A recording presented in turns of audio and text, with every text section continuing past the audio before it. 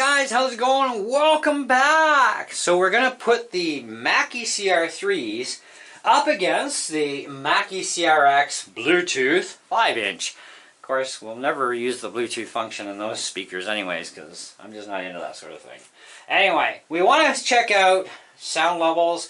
We want to check out quality of sound reproduction between a 3-inch speaker for a reference monitor and the 5s. Now, there's about $124 Canadian for the Mackie Cr3s.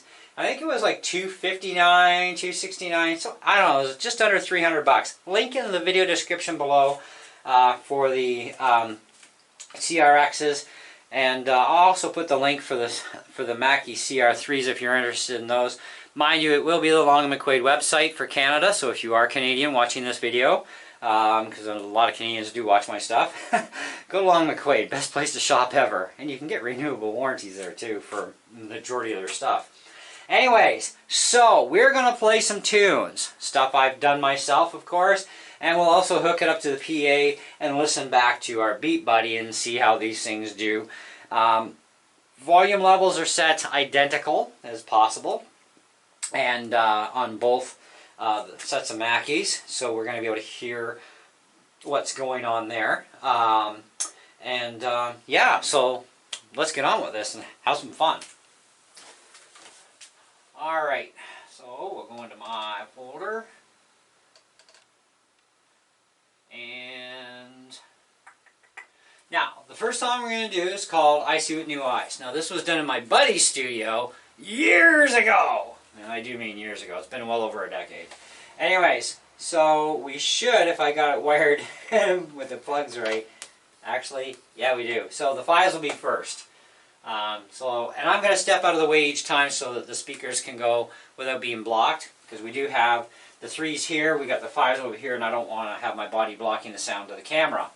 So, and this is all raw, by the way, so you're not getting processed audio or video other than what YouTube does to our stuff. This is straight into my camera and with its stereo mics, so you're going to hear room acoustics in here and everything. So anyways, here we go. 1, 2, 3.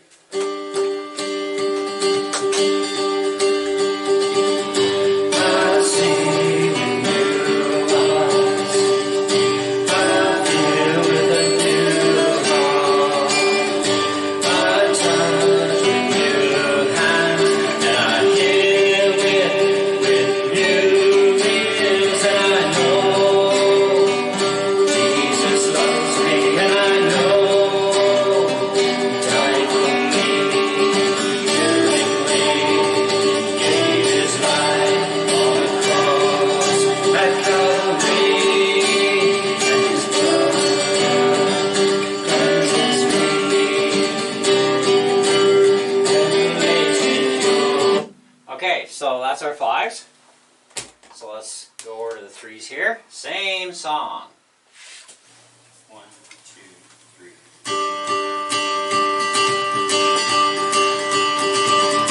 I see with new eyes. I feel with a new heart. I touch with new hands, and I hear with new.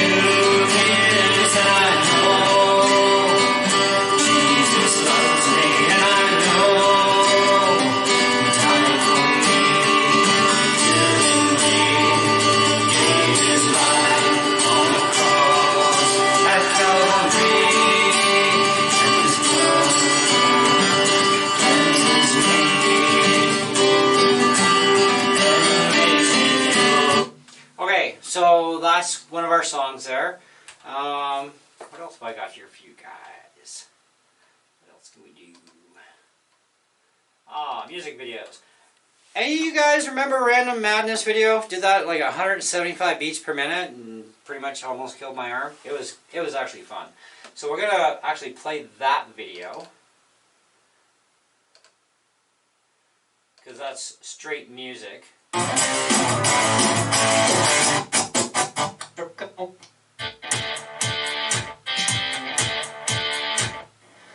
Hey guys, how's it going? Welcome back and welcome to Random Madness. 3-inch.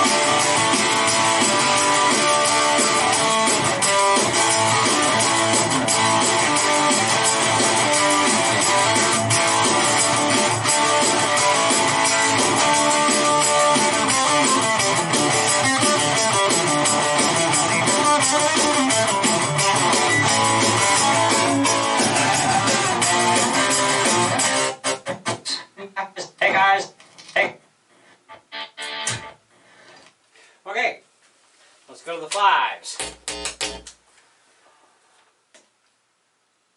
Hey guys, how's it going? Welcome back and welcome to Random Madness.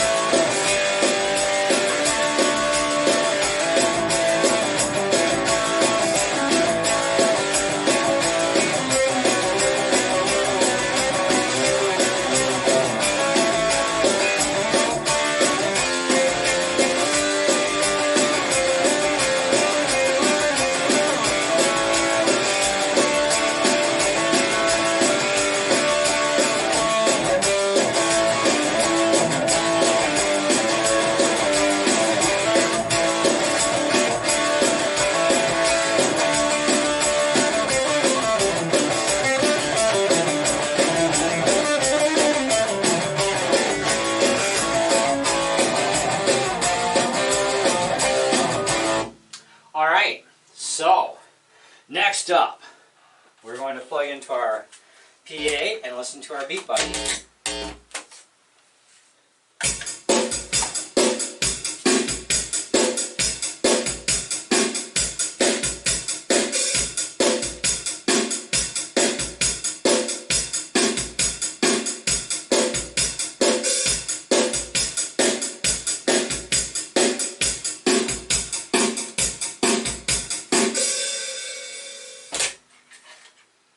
Okay, in there, I can go back in there.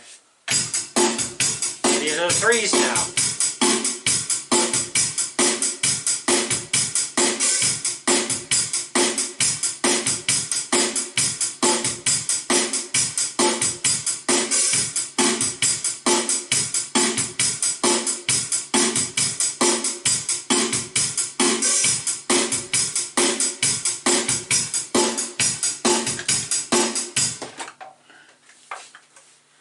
Oh, hey, let's chat. So, oh man, I gotta straighten up this place. All right. Now, a lot of you know I've had a lot of gear through here in the last few years, especially when it comes to reference monitor. I had Yorkville YSM 8s. I've had the Yorkville YSM 5s. I haven't had the 6s yet. And of course, the Mackie Cr3s. And now I have these new 5-inch series. And, you know, even the 3s, they're not bad for mixing music with. They're pretty decent. But they're more of an amateur level, get started thing, or just a fantastic choice, period, for podcasters. So those of you who are doing just vocal stuff, and you want to, you know, you're doing a little bit more than just yakking to us, but you also want to get a certain sound going.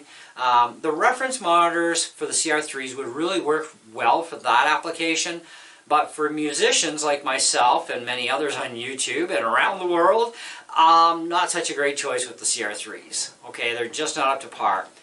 Listening to my own music that I've recorded from more a professional level monitor for being able to mix things to, you know, listening to the playback on these being done, I can really tell like that these things just don't sound that great.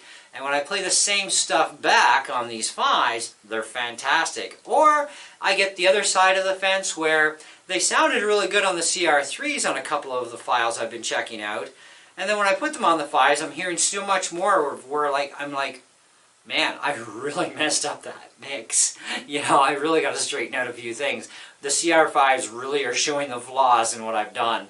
You know, now, I know when it comes to people watching videos on YouTube, everybody has different speakers on their computers to hear playback. Some of you have lousy quality stuff. Some of you have really good stuff. Some of you have awesome stuff, right? And being that way, you know, you're going to hear things differently too. Right? It's not just YouTube that compresses our audio and messes with our video stuff. It's also your own listening gear on your computers when you're trying to listen to videos to be able to hear stuff. You know, you need to have decent speakers or at least a really, really good set of headphones to be able to hear things for what they are actually been recorded at. And that's a really important thing to keep in mind too. You know, some people, I've had them judge me saying, oh, well, that sounded absolutely garbagey, you know, or, you know, blah, blah, blah. You know, I'm thinking like, man, I think you really should get some real speakers on your device or something. Like, I have no idea what you're listening through, but yeah, okay. And I get it back, too, where, oh, I was listening on my iPhone, man, or my iPad. I'm like, yeah, okay, I can ignore your comment now because obviously you're listening on a device that has no real speakers in it, so I get it. That's why it sounded garbagey, right? But I've also listened to my own stuff, and I've picked my own stuff out too, where, you know, I've noticed myself where I've recorded something and it's like, I'm not sure if I should upload this or not. Can I fight with this for a few more hours? Most times I'll actually fight with it a few more hours. Because I know I'm going to have to, right? But listening back is really important to have on your gear speakers or reference monitors in this case that can reproduce that sound at a really good, not only volume level, but sound quality reproduction, so you can actually hear what's really going on in the mix. And with a 3-inch woofer and a little teeny weeny tweeter, you lose out on a lot of that audio reproduction, because the smaller your speakers are, things can get a little bit bad. Okay, so you do need larger diameter speakers for woofers and for tweeters. Now, granted, you generally don't see reference monitors that have mid-ranges in them. You usually only see a woofer and a tweeter, because that's all that's really actually required, to be honest. You can get the mid-range frequencies coming through between them, right? And when you're listening to audio playback in a car, the majority of the cars out there have either full range speakers in them, or they may have a speaker and a tweeter combination. Very few speaker combos in cars actually have a mid-range control in them. But, you know, or a mid-range, that is, sorry. So it's going to sound different in every car audio system too, because every car player, okay, is different in what kind of amplifier is in there, how well it can reproduce sound through whatever speakers and so on. But speakers do make a huge difference in what it sounds like. And if you've got high quality speakers and it sounds terrible to you, that was your bad. You need to go back and remix your stuff, okay? So, you know, this is where I'll play back stuff sometimes on our home stereo, because we've got a very good quality home stereo with some massive speakers with 15-inch woofers and multiple mids and tweeters in them, and, you know, high powered, right? So if it sounds good on my home stereo, it's going to sound good in anything. Okay, and that's the way I kind of look at it in that sense. But the CR3s are great for podcasters. If you're just a beginner learning how to mix your own stuff, yeah, great. Invest in a set of CR3s and learn the ropes, because it's going to be very inexpensive for you as a very new beginner mixer. I've been mixing stuff since I was like, what, 15 years old, somewhere around there. I started having my own home studios, and I've learned with, you know, all the Radio Shack equipment back in the day, and over the years I've evolved stuff. I've had higher end mixers than this one in here, but I'm also looking at space confinements in here too with all my gear. This is my studio room. This is the only room I have that's my own little dungeon other than my shop outside. You know, so I had to downsize certain things, and I don't have a problem with the Yamaha 10-channel mixer that I have. I would like to go to a 12 or maybe a 16 channel, just because I've kind of run out of inputs now, and I'm growing in other areas with my music in here where I need more inputs now. So I am thinking about upgrading my mixer again. I'm not sure if I'm going to stick with Yamaha, but I know I'm definitely not going back to Soundcraft. I had a Soundcraft mixer, and yeah, nightmare. Sorry, not going to happen again. But the reference monitor thing, the what do they call these things again? Cr5-Xbt, okay? I think they're really fantastic, and I think as far as if I was to compare them against a set of Yorkville 5s, I think the Yorkville 5s would miserably lose against them. These CRX5s are really nice sounding, very good quality. You know, and you buy them as a pair, right, for under $300. Whereas the Yorkville 5s, you're spending over $200 a piece on them, because each one is a bi-amp speaker. Mind you, they're considered to be a more professional thing, so they may have a little bit better tweeter, a little bit better woofer, but when you're looking at confinement of cabinet and how things are ported, I find that they would be a little bit more muffled, where these are a little bit more cleaner. Okay, it makes a difference in how the cabinet reproduces sound and the porting on the, in this case, the porting's on the back of these, which is fantastic.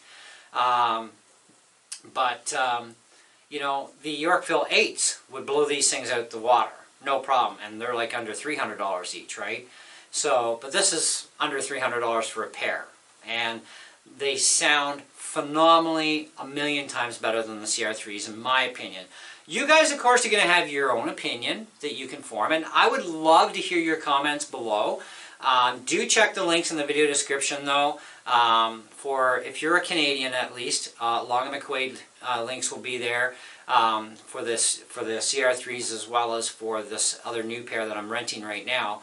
But I'm pretty sure I might end up buying these. I'm not 100% yet. I still have some more testing to do, that sort of thing, and I want to play around with them a little bit more. And besides, I have time to do that. I've rented them for, I believe, about 2 months. And this has also given me a thing of where, you know, I'm looking for something much, much better, and I don't want to go back into Yorkvilles. I want to try something different. And so these Mackie 5s, they're definitely way different than the 3s. I've definitely outgrown the 3s. This set is actually going to my wife, one way or the other, and I have another set that's actually on my computer, and these things are fantastic for computers. If you want like the ultimate computer speaker for playing video games with, and, you know, listening back to even YouTube videos, these things are great, and they're inexpensive compared to regular computer speakers. But you also have inputs on the back where you can go RCA out to the 1/8 inch mini jack that comes with them. It's RCA to 1/8 inch mini, or you do have 1/4 inch inputs, 2 1/4 inch inputs, so you can actually use them in on your board as a monitor reference speaker hooked through TRS cables and so on. So you have options, right? So they're not professional level. I don't believe that the 5s are a professional level either, but they are a far cry better than the 3s.